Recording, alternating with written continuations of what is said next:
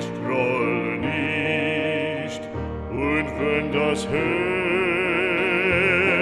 auch bricht, ewig verlorenes Lieb, ewig verlorenes Lieb, ich grolle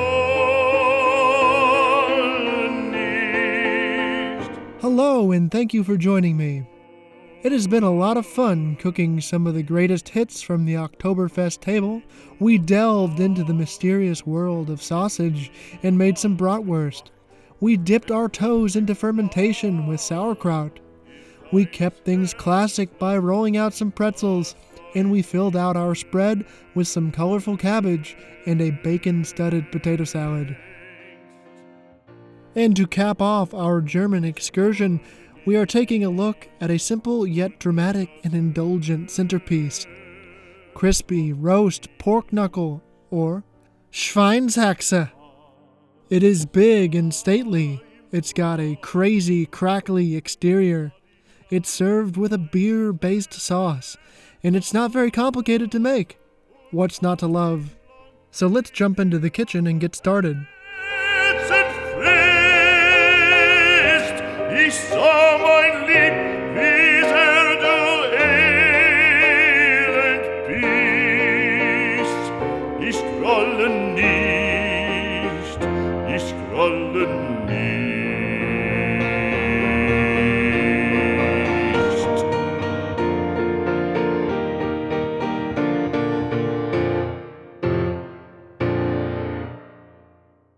The first order of business is finding one of these bad boys. A pork knuckle, and sometimes called a pork hock. It is cut from the animal above the hoof and below the ham.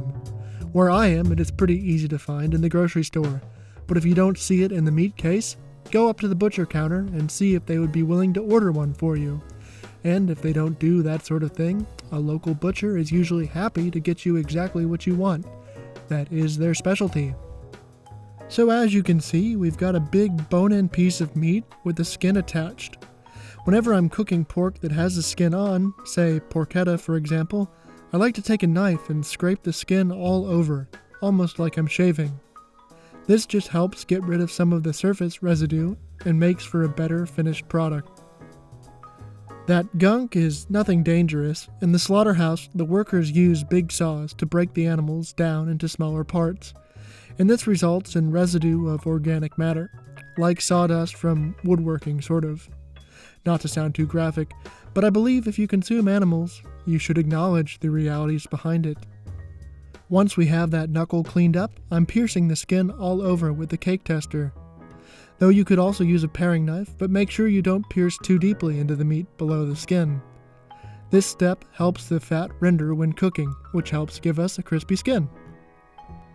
Now let's get to seasoning. Using a paring knife, I'm making little cuts into the meaty part of the knuckle and slipping in little slivers of garlic. This is a great thing to do with any large roast, really.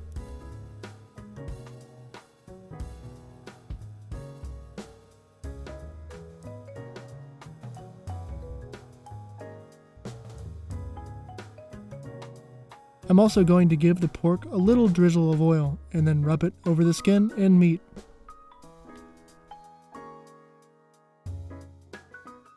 For spices, I've got here about 10 juniper berries, a couple allspice berries, and then about a teaspoon each of fennel seeds, caraway, and black pepper, as well as a good couple teaspoons of salt. We just give those a whir in the spice grinder, and then I take the spice rub and apply it all over, focusing mainly on the meat because it can't really penetrate the skin.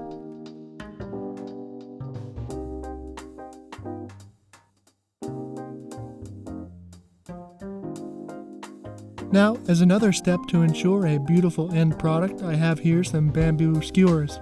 And I'm just going to run those through the base of our pork pyramid, passing by the bone as closely as possible. And then make an X by running one more skewer through.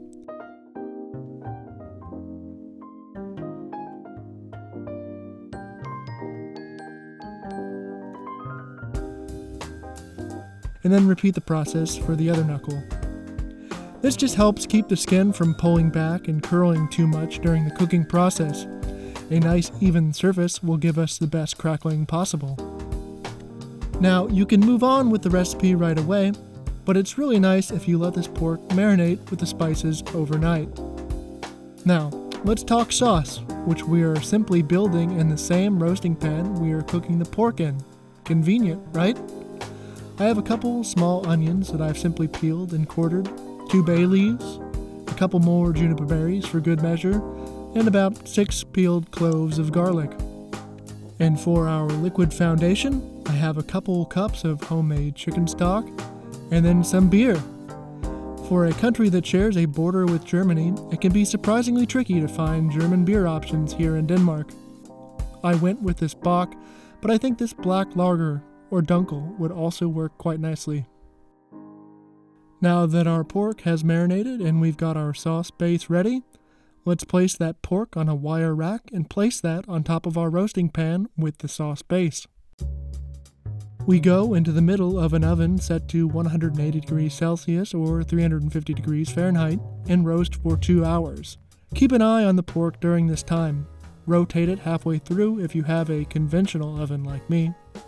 If the sauce is evaporating quickly and reduced to almost nothing, add a splash of water. After 2 hours, it should look something like this. Bronzed, but not yet a bubbling, crispy skin. If you have a thermometer, you can temp the meat. You don't really want it to go beyond 180 or so. We want tender pork, but not pulled pork. Full disclosure, I was foolish and thought I could film my cooking while also hosting an Oktoberfest party. But I got overwhelmed and gave up.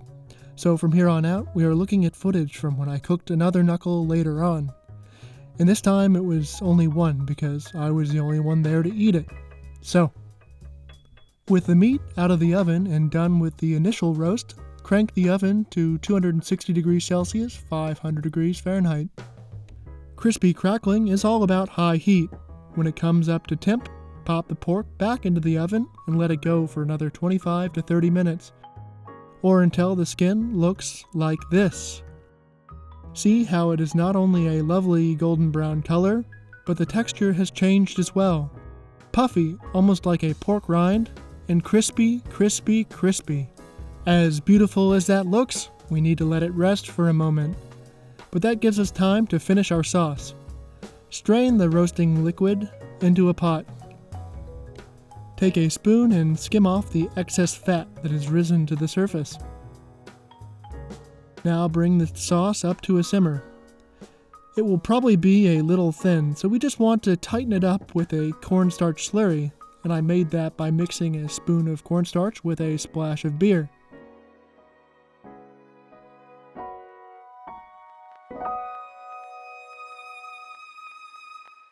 Add a little bit of the slurry, bring it back to a simmer, and see where you are. Cornstarch thickens on contact, so add another splash if you think it needs it. We don't want something as thick as hollandaise, but we do want it tight enough to cling to the meat slightly. If for whatever reason your liquid evaporates more quickly and you don't have much liquid left after roasting, add some water or stock to get there. Follow that intuition of yours. And of course, we give this a taste, and add a little salt if need be, maybe even a pinch of sugar if you feel you are tasting too much bitterness from the beer. But if you don't think it has enough beer flavor, add a splash. Once you have it where you like, we are ready to serve our glorious roast. Look at that. I mean, come on. I'll just stop talking and let Brian put together some slow-mo glamour shots.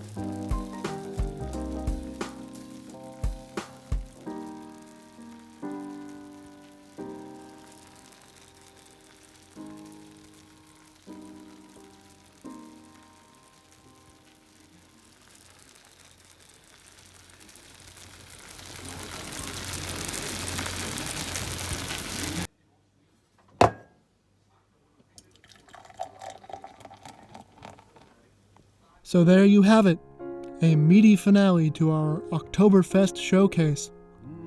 I hope you enjoyed our brief exploration of these typical German staples. Please show some love by hitting that thumbs up button, and don't be shy about sharing feedback in the comment section, and subscribe to join our cooking journey and see where it is headed next. I think it might be time to pop into France for a bit. Stay with us. Until next time, Prost! Or cheers! Morgen früh, wenn Gott will, wirst du wieder